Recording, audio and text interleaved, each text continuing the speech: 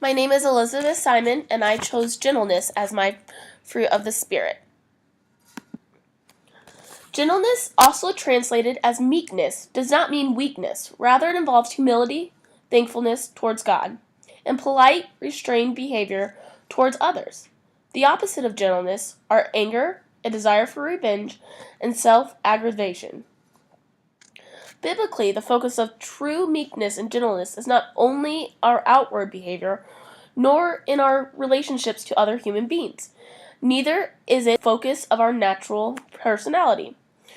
Rather, it is an inwardly developed tender-heartedness, and the performing of it is first and primary towards God.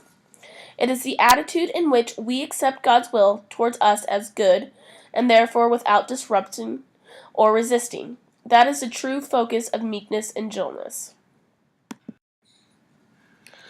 Gentleness describes mildness combined with tenderness. It refers to the actions that is external behavior. They go hand in hand and they work together. I picked a few Bible verses that discuss gentleness and meekness. Philippians begin, "Let your gentleness be known to all men. The Lord is at hand." Matthew, "Then little children were brought to him that he might put his hands on them and pray. But the disciples rebuked them. But Jesus said, Let the little children come to me, and do not forbid them, for such is the kingdom of heaven." There God was gentle towards the children. The disciples were not being gentle, were not showing gentleness because they were refusing the children to go towards Jesus. But Jesus was gentle, showed gentleness, and accepted them. James 1:21, "Therefore put away all filthiness and rampant wickedness, and receive with meekness the implemented word which is able to save our souls." Galatians goes on, "Brothers, if anyone is caught in any transgression, you who are spiritual should restore him in the spirit of gentleness. Keep watch on yourself, lest you too be tempted." Then 1 Peter, "But in your hearts honor Christ the Lord as holy, always being prepared to make a defense to anyone who asks you for a reason for the hope that is in you. Yet do it with gentleness and respect." So instead of arguing, come with a gentle heart and be respectful to them, and show gentleness when presenting yourself or giving a response to something.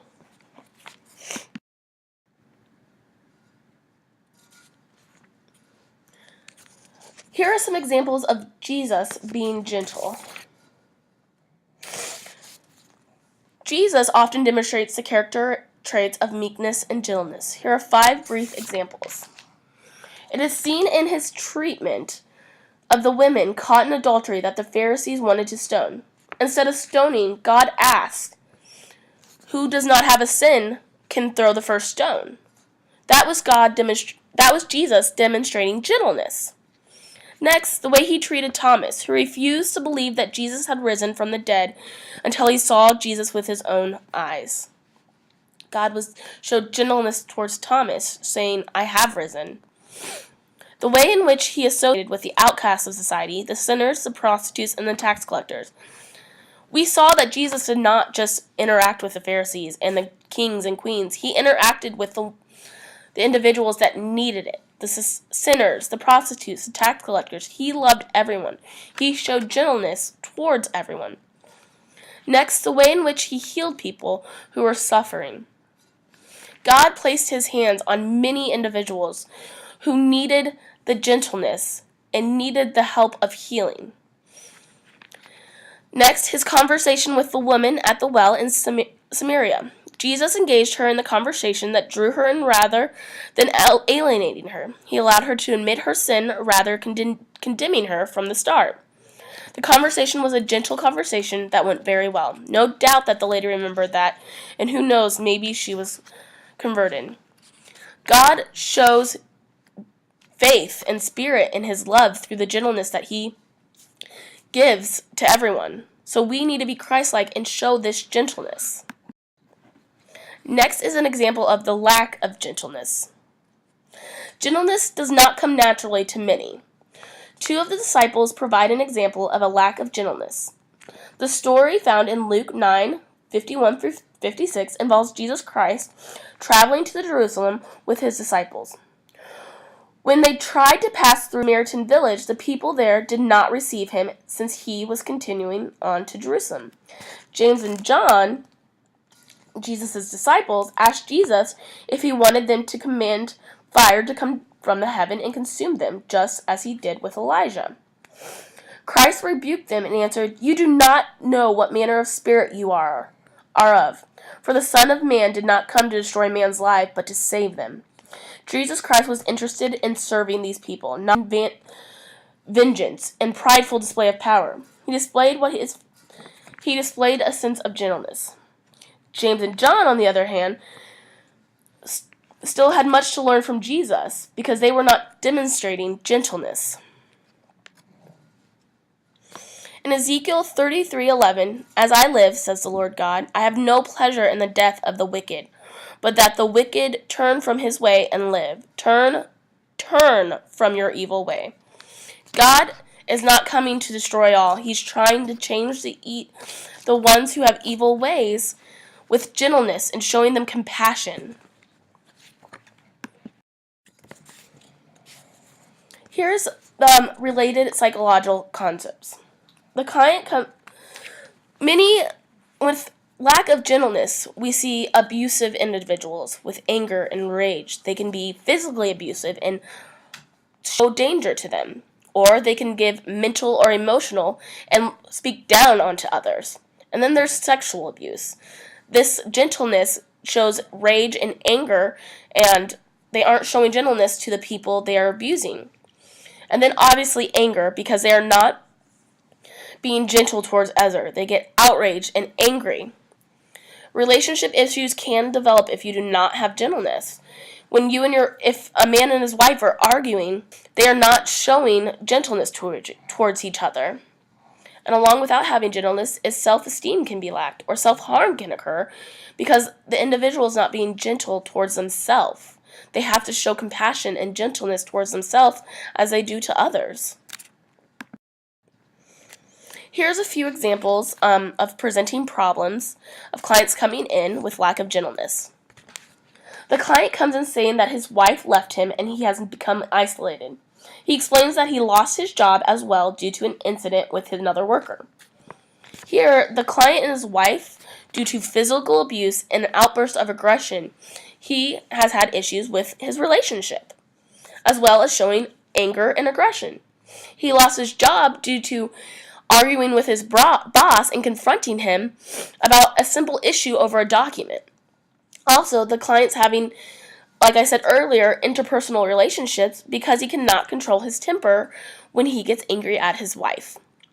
Next, the client comes in with symptoms of self-harm. The client has been harming herself because she cannot take the stress of life. The client demonstrates low self-esteem and is extremely critical of herself. Gentleness isn't just an outward thing. It has to be an inward thing. You have to show gentleness to yourself and love and compassion. This is important because gentleness, if you do not have it, you're angry and harsh and can hurt yourself as well as others. Here's a few questions that I challenge you to ask yourself in self-examination of gentleness, as well as with your clients. First one, was I gentle in the situations I faced today? If not, why? Were my rationalizations prideful? This is evaluating how you handle certain situations and with other people. The next one is, do I exhibit the same gentleness to others that God exhibits to me every day? And how? We are told to be Christ-like in our actions and our ways of life. We need to demonstrate what the Lord wants us to demonstrate, and He showed gentleness to everyone.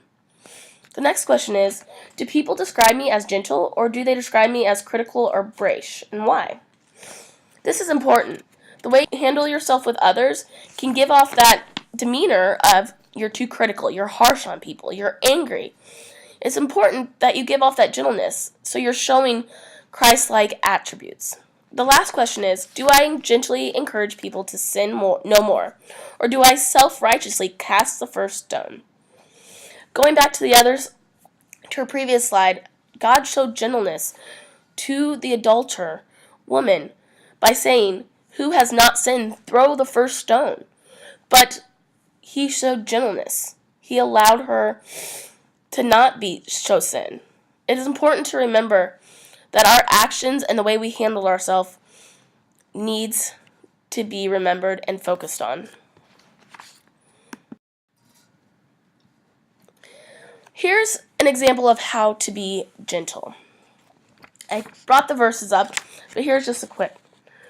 As Christians and as human beings, we need to show gentleness towards each other. Like in 2 Corinthians, by the humility and gentleness of Christ, I appeal to you. I, Paul, who am timid when face to face with you, but bold towards you when away. Next, we need to show gentleness towards your home and your family. This is shown in 2 Corinthians 10:3-5. For though we live in the world, we do not wage war as the world does. We need to have weapons of Christ, which is showing gentleness towards others. God, throughout the Bible, shows gentleness. Next, we need to be gentle towards our conflicts. When we get in arguments, we need to put ourselves and calm ourselves down so we can show gentleness towards the person we are angry at. It will never solve the conflict if we continue to be angry. Next is we need to be gentle, show gentleness towards our enemies. This is important because God showed gentleness towards his enemies. And throughout the Bible, we see that. We need to show gentleness and compassion and love towards our enemies because we do not know what's going on with them. Next, we need to show gentleness towards the lost, the ones who don't have Christ in their lives. We need to help show them what Christ is all about and show them gentleness. Next is gentleness towards your needs, which is important. Proverbs, through patience a ruler can be persuaded, and a gentle tongue can break a bone. God showed gentleness to everyone, and that he demonstrated patience, and he demonstrated who he was and what he expected from us. This gentleness showed love towards others.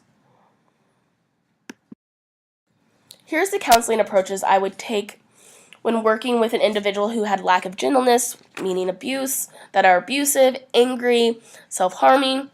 I would definitely begin with prayer and meditation if they were open and they were willing to do that.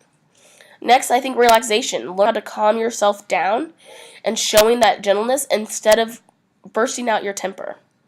Next is cognitive behavioral therapy. I think you have to retrain your brain to know how to show gentleness and be caring and control your anger. Of course, I would go next with anger management because I think that's important when you're dealing with temper or anger and lack of gentleness. You need to know how to control that anger. Finally, if it is a relationship problem or it has the kids involved, I think family therapy along with couples counseling is important to get everyone involved, and they need to learn how they can control their behaviors that are triggering this because everyone plays a role in the dysfunctioning family. Lastly, I think mindfulness therapy would be important and knowing how your mind works and controlling things.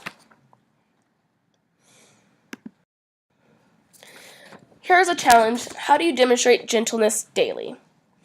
I think apologize quickly after rants and emotional outbursts.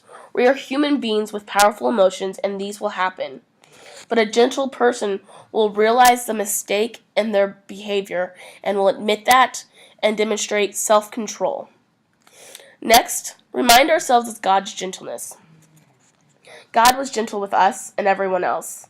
We need to ask ourselves, how would God handle this? Then think about what our attitudes look like.